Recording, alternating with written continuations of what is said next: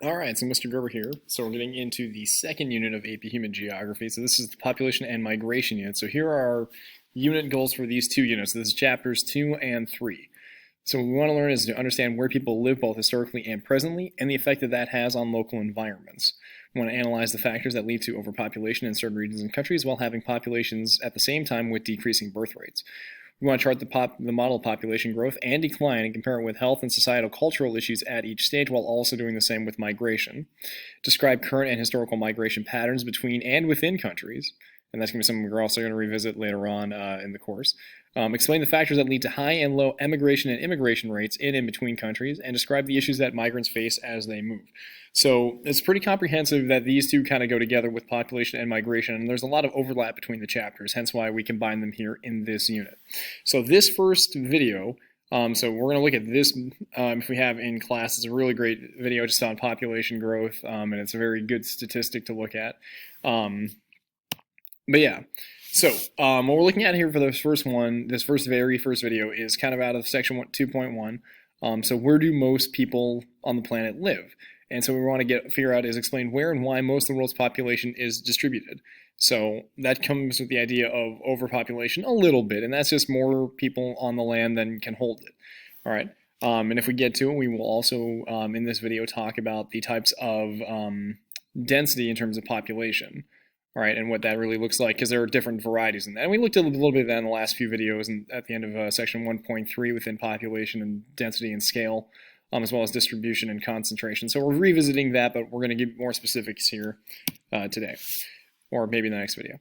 So population and demography, again, most of these definitions are straight out of the textbook. So population is just the total number of people in any given area. You say within a city, within a census tract, within a state, within a country, and you're going to get a specific answer depending on what you're asking for. All right, and demography, so demography is a type of geography that studies population characteristics. So based on age, gender, health, ethnicity, religion, there's many different ways you can look at demographics. And that's essentially what it is. It's the study of just population characteristics via demographics. And there's a variety of ways to look at that. And I think this is easily one of my favorite parts of human geography is looking at this data. I'm a pretty big data guy, and this is the kind of stuff that I get really, really hyped on and really, really interested in. And really, I love this kind of stuff. So if you're really interested in just like statistics and data and the reasons behind that, this is kind of this is going to be your area of human geography early on in this course. So why demography is important. All right, studying of demographics, because there are more people now on the planet in 2020 than there's ever been on the planet at any given time ever. The world's population has increased faster than ever before during the last 70 years. So essentially since, the end of World War II, the world's population has increased at faster rates. Now it's actually on the decline at the moment.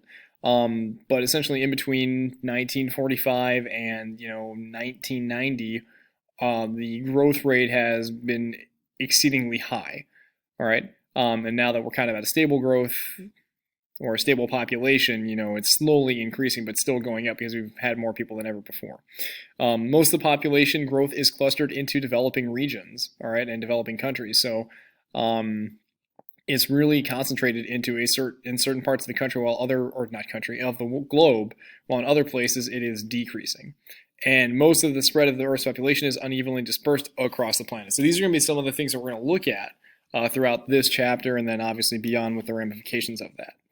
All right, so quick thing about population growth in history. For the most part, we were really at not even 1 billion people, but we've kind of jumped the last 200 years, especially again that last 70 years where we've seen the largest growth in population globally. So otherwise, we were always hovering below 1 billion. So you can kind of see it here more because this one, jumps from 180 all the way to 2025 as a prediction.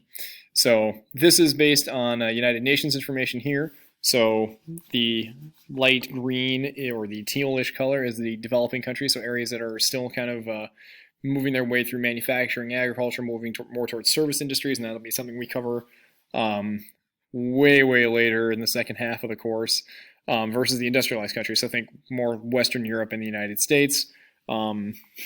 Down here, where our populations have slowly gone up and have always kind of been behind. But since 1950, these have skyrocketed. These have more or less stabilized, evened out, slower growth. All right. So looking at this cartogram map, and I should have led that off with an example of what kind of map is this, that every little box would represent 1 million people. So that's why you get kind of the distortion here within that representation, is that it each represents kind of the number of millions of people within it. So countries that don't even have a million are not shown. So you can kind of see the exaggeration in the fact that, you see a lot of people in China and India. Japan's still pretty big.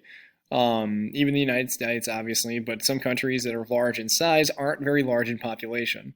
All right, so again, these are things worth considering and understanding in terms of the way that this is laid out. So Australia and New Zealand, and Australia itself being a very large geographic space, again, as we saw in the last one, doesn't have a whole lot of people. We're talking, I think, that there's like less than 20 million people throughout Australia. I think that'd be a fair assessment. So they're pretty tiny compared to Indonesia, which is, I believe, the third largest country on the planet behind China and India. Right.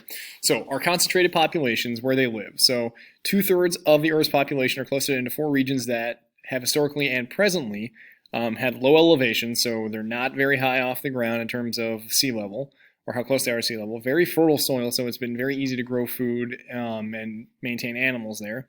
Temperate climates, it doesn't have very long or harsh winters like we do here in Minnesota. Most of them have had fairly mild winters year in and year out, and there's a decent amount of rainfall that allows for them to grow crops. And they're either on or near a major body of water, whether that is a sea, a lake, a river, near an ocean. Typically, these are where these things have been located throughout most of human history. These are now less concentrated due to technology making it easier to live in harsher climates and regions. So we also now have more permanent human settlements. So again, obviously, technology makes that a lot more easier to do, especially because we can now live in areas where it's really, really cold most of the year, and you can still have electricity and heat, and you can still survive at higher rates than you could have previously. So those are reasons why we begin to see more people moving into areas, or even just really, really hot areas, because of things like air conditioning, and again, livability has increased with technology. I think this is just real quick here. Real quick world population video. This is actually what what we're going to look at in class if we get the time. If not, we'll just have that posted up here. It's just, again, real good, quick video. So in terms of these population distribution and the 4 population clusters, okay, the main areas, East Asia, so that is China, Korea, Japan. Southeast Asia, which is, Vietnam, and Indonesia being the big one here, okay, the Philippines. South Asia, which is India, Pakistan, Bangladesh, and Sri Lanka. So 3 out of the 4 of them right there are, boom, right within this big pocket, going all the way from, southern parts of Russia and China, all the way into Vietnam, Malaysia, Indonesia, and all the way over to India and Pakistan. And then Europe is kind of that other big one. All right, now Europe is obviously going to face something else. And again, this is based on our density of, people per square mile. All right. So the purple areas are just areas that have more than 500 people per square mile. And again, you could play around with those numbers and get different levels of color. Most of these red areas are somewhere between, 41 to 500 people per square mile, or square kilometer. So it's a smaller distance than it is a square mile. And these white spaces are areas that have less than 2 people per square kilometer. Again, think about why that is. This is, the Amazon rainforest. This is, southern part of the Andes Mountains, Australia, Antarctica, North Africa with the Sahara Desert, Siberia. We know about Alaska and northern Canada, much worse and much colder here than in Minnesota. So that's why you don't exactly see a whole lot of people within that. And I just kind of explaining that here to compare these in terms of location of said populations versus, these other locations within these different climates. So. And again, it's important to notice, but also looking at, fact that, again, close to rivers, seas, lakes, all that stuff. So geographers use density to describe distribution of people in comparison to 2 of their available resources. So this is more of the specific definitions of density that we're going to look at here, which we kind of introduced in the last chapter. So arithmetic density, this is what we really just kind of looked at when we talked about scale and we talked about people per square mile. That's just the total number of people divided by the total land area. All right, and you can measure that again however you want. Just we looked at just straight up population, and then we broke it down and got into smaller and smaller tracts inside the United States, and then also at the beginning of Unit 1, we did that thing with Georgia and Atlanta and African American population. So arithmetic density is kind of the most basic when we look in terms of population density within especially the scale. All right, so the more people living in these areas, the darker the red into the purple, the fewer into the green and the white. All right, so the more interesting factors here are things such as physiological density and agricultural density. So physiological density, we have to understand this term up here, which is arable land, which is land suited for agricultural use. All right, so that's really essential. That's a keyword to remember, arable. All right, and so what these numbers are telling us here with physiological density is the number of people per arable land area. So it's a good measure of relation between population and the agricultural resources. So if you have a high physiological density, it means that the country doesn't have a whole lot of agricultural land to feed its population based on the available resources. So this is the persons per square kilometer of arable land. All right, not total land, but land that is good for farming or you could use for farming compared to the whole population. And again, you can break that down based on territories, based on location, things like that. So when you look at that, China, Great Britain, Iceland, much of the Middle East, Egypt, Colombia, Cuba have really, really high numbers, while places like Russia, Sudan, Australia, Argentina, the United States, Canada have really, really low ones. So here's kind of a really good example is Egypt. So you have the total number of people divided by the amount of arable land, tells you roughly how many people each square mile of land needs to feed. So in the United States, all right, so you get obviously very different measures here, because this one says, we're below 250. This one says 450 or 445 per square mile in the United States versus 7,000 in Egypt. All right, so you can see that it's a very, very high number. What that means, all right, again, you get different ones depending on what stuff you're looking at, square kilometer, square mile, you're getting different data. So what does it tell us about the land population, the land the population occupies? Okay, population divided by total arable land, okay, it's a lot lower for the United States than it is for Egypt. So that means that the amount of crops grown on a hectare of land in Egypt must feed more people than in the United States.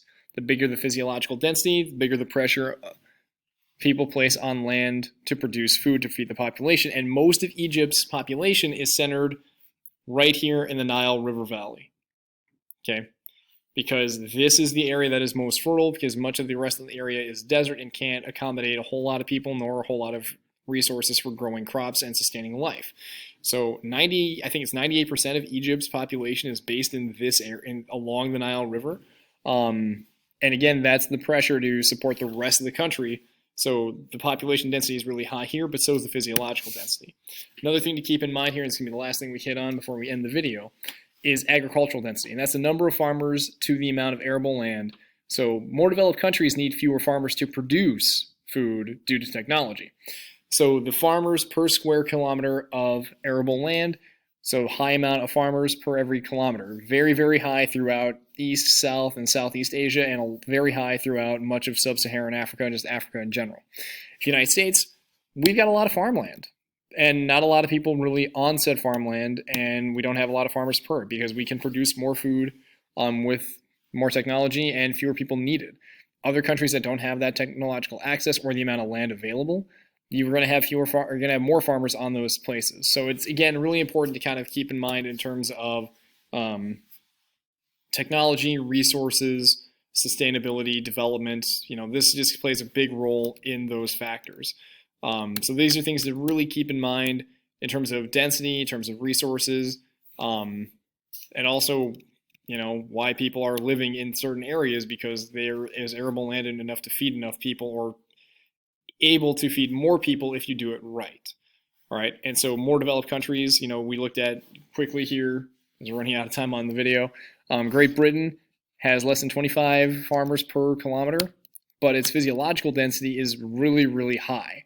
All right, because they don't have a whole lot of farmland to support everybody, but they also don't need as many farmers, again, due to said technology and trade. So we're going to stop there, and we'll pick up with the next video which goes into population growth. So look for that in video 2.